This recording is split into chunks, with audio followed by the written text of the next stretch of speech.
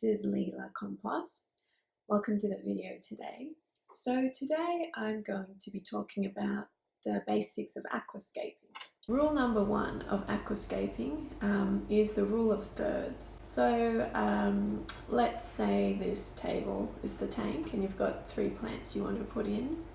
I would sort of clump a few here at the 1/3 point, so you can divide your tank into an imaginary 3 chunks.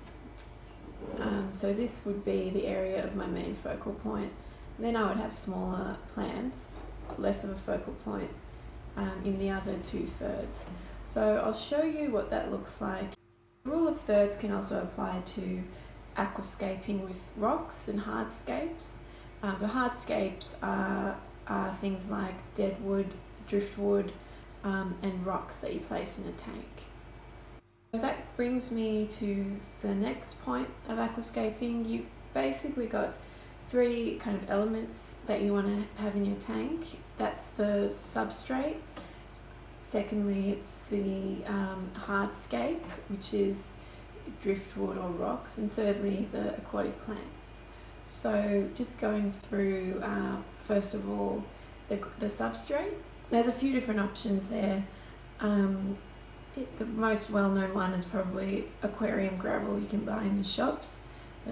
That's what most people start off with. That's what I started off with when I had my first tank. But it's not a great option for a few reasons. It's an inert substance. They're just rocks. So if you do have real plants, they won't be able to get any nutrition out of it. Secondly, it tends to just trap debris and fish poop and can be a bit hard to clean. If you've got bigger fish like goldfish, they can eat the rocks and cause issues later on. So I'm not a fan of substrate that's a large sized gravel. What I like to use is aqua soil. So there's different types of soils you can buy that are made for aquariums. ADA aqua soil is one that I've used in my tanks. It's basically like a potting mix that works for aquarium plants. It feeds the plants and it's a more natural looking substrate too. I find it looks a lot better than gravel. Another option is sand. I've tried sand in tanks before, but I've found it's extremely difficult to clean. Every single bit of fish poop is really visible against the sand, and unless you're in there with a gravel vacuum every day, it's really not worth it, I find. So that brings me to hardscape. So hardscape, basically just driftwood and rocks, and you put those in the tank to give a more natural appearance. There's a lot of driftwoods you can buy with really interesting shapes. I guess the main thing is when you first buy driftwood, it's going to float to the top. It will be a very porous wood, and I boil mine for about an hour or 2, so it takes in the water and then it sinks to the bottom. You can use certain glues to glue plants onto the wood. There's a aquarium glue. It's kind of like super glue, I think, but it's safe for fish, and that's probably the easiest way to attach plants to the driftwood. I've tried things like string, but I find some of my fish have actually got caught in the string, particularly plecos with all their spines and spiky bits. They've actually been the ones that have got caught. So try not to use string or fishing wire because there's always that risk. Glue is probably the safest option. The other thing about driftwood is they leach tannins into the tank. So this is actually a good thing. In the wild, a lot of fish, depending on the habitat they come from, but if they're from more of a acidic Amazonian natural habitat, they'll be used to having tannins in the water, and they have antibacterial properties. They do stain the water a bit tea coloured, but I only find that's if you have lots of driftwood and you've got a small tank. So together on that point, you can also add some leaves to the bottom of the tank if you're going for a more natural sort of landscape. You can buy Indian almond leaves or mulberry leaves. They're also good for acidic tanks, good for tanks with beeters in them or with plecos and cories. and they just love to nibble on those. So they're not actually eating the leaf, they're eating the microorganisms that live on the surface of the leaf. I find having the right tools helps. So I actually got these from Japan, funnily enough, one of the aquascaping stores.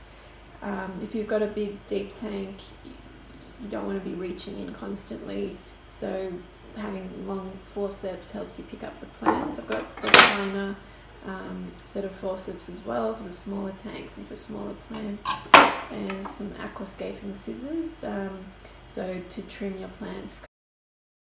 Next comes the best bit, which is the aquatic plants. A few things to remember with where you place your plants. First of all, the bigger plants, the taller plants go at the back, and that's to create an illusion of depth.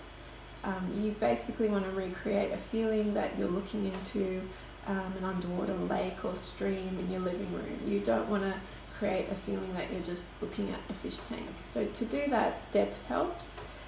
You have the smaller plants at the front. The next thing would be, again, to follow the rule of thirds. Try not to have symmetry in where you place the plants. I like to have a focal point on one side of the tank, so I create a big clump of plants. So like these pots, for example, a big clump on one side and little smaller plants scattered throughout, and a smaller visual point on the other side. So that I find works kind of well in creating balance in what the tank looks like. Now, with the variety of plants you use, that's a whole video in itself, but I try and be consistent and use only a few varieties, but repeat them throughout the tank. I find that looks better than having sort of one of everything, or having very mismatched kind of looking plants. So at the moment, I'm more into the low maintenance plants. I've got mostly Java fern, vals, Anubias, and they really grow fast in a high-tech planted setup, and I find that it's a lot easier than fiddling with things like a carpet or with the coloured plants. So plants that are red or purple are generally very hard to grow, or very hard to keep red or purple. Red or purple leaves need certain intensities of light, and I've just found I haven't been able to keep them that colour. So that leads to the last thing, algae, which will be your biggest nemesis in a planted tank. It's always going to be a battle between the plants and the algae. I find what helps is just having a tank that's very mature, so a tank that's been cycled and all the bacteria is kind of in harmony for a few years. I find when I start up a new tank, I always have problems with algae just growing on plants, growing on the glass, but after a few years it kind of calms down. If you haven't got a few years to wait, things that would help is CO2. So CO2 drops the pH, which makes it less favourable for algae. It also helps the plants, so the plants have an advantage over the algae. So light is another really important aspect of aquascaping. There's all different types of aquarium lights you can buy. Fluorescent, LEDs, probably the most common. I prefer LED lights, they last longer, and now you can get them for quite cheap, and they're usually of better quality.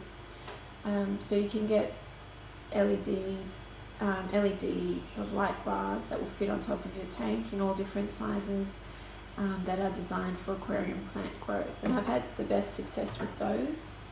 And you can get them for quite cheap now on Amazon or eBay. I haven't had an issue with those since I've started using them. So with lights come algae, and it's sort of a trade-off between how much light you give your plants versus algae growth. So I find having a timer and splitting the periods of light helps. So I have a period of 4 hours when the lights are on, then a period of darkness of about 6 hours, and then another 4-hour period where the lights are on, and that seems to help stop algae growth. Alright, so that's it for an introduction to aquascaping. I hope that was useful. See you next time.